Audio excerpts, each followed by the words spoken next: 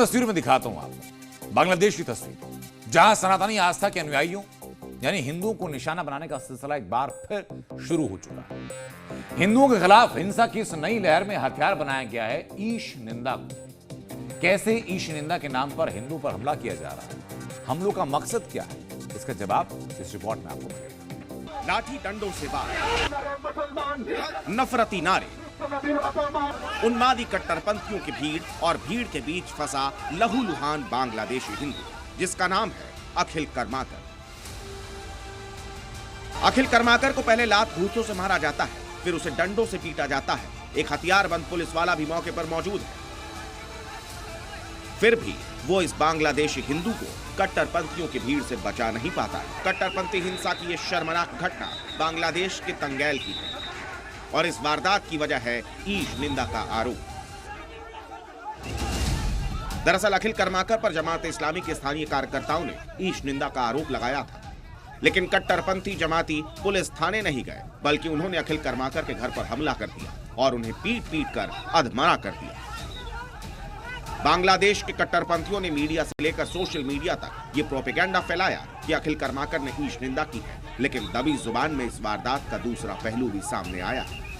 स्थानीय हिंदुओं के मुताबिक अखिल कर्माकर सोने के व्यापारी थे। उनके व्यापार को नुकसान पहुंचाने के लिए ही कट्टरपंथियों ने ईश निंदा का आरोप लगाया और अखिल कर्माकर के घर पर हमला बोल दिया।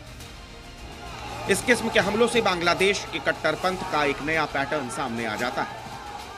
कट्टरपंथी अब हिंदुओं पर हमले उनके काम धंधे को चौपट करने के इरादे से कर रहे हैं। कट्टरपंथियों का मकसद हिंदुओं का कत्लेआम नहीं, बल्कि उनके व्यापार पर कब्जा करना है। सामाजिक तौर पर हिंदुओं को निशाना बनाने के बाद अब कट्टरपंथी अल्पसंख्यक हिंदुओं को आर्थिक नुकसान पहुंचाना चाहते हैं। इस पैटर्न का दावा होने की वजह सिर्फ अखिल कर्माकर पर हमला नहीं। कुछ ही महीनों पहले बांग्लादेश से खबर आई थी कि स्थानीय दबंग कट्टरपंथी जजिया के नाम पर हिंदुओं से वसूली कर रहे हैं। सितंबर 2024 में लक्ष्मीपुर बाजार को कट्टरपंथियों ने आग लगा दी थी। इस बाजार में भी ज्यादातर बड़ी दुकानें हिंदुओं की ही थी। ऐसे ही बांग्लादेश में और बहुत सारे मुस्लिम कंट्री में ये अल्पसंख्यक लोगों के ऊपर ब्लास्फेमी के इल्जाम देके ये सब होता है और इसके मूल कारण है कि उनकी जो प्रॉपर्टीज है हिंदुओं की या अल्पसंख्यक लोगों की जो प्रॉपर्टी है, ये प्रॉपर्टी का दखल करना।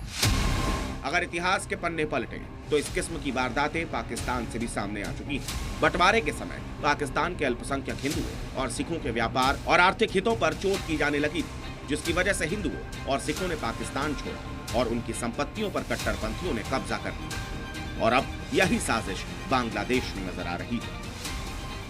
पिछले साल के 5 अगस्त के जिहादी जो कू हुआ, उसके बाद हिंदुओं के ऊपर और अल्पसंख्यक लोगों के ऊपर बहुत तरीके की जो अत्याचार शुरू हो गई, नरसंहार चल रहा है। ये धीरे धीरे दिन ब दिन बढ़ रहा है। यूनुस ने पाकिस्तानी फौज को न्योता देकर ये साबित कर दिया था कि वो बांग्लादेश को पाकिस्तान जैसा बनाना चाहते हैं और अब यूनुस के इरादे हकीकत की तस्वीर बनकर सामने आ रहे हैं। Bureau report, C media.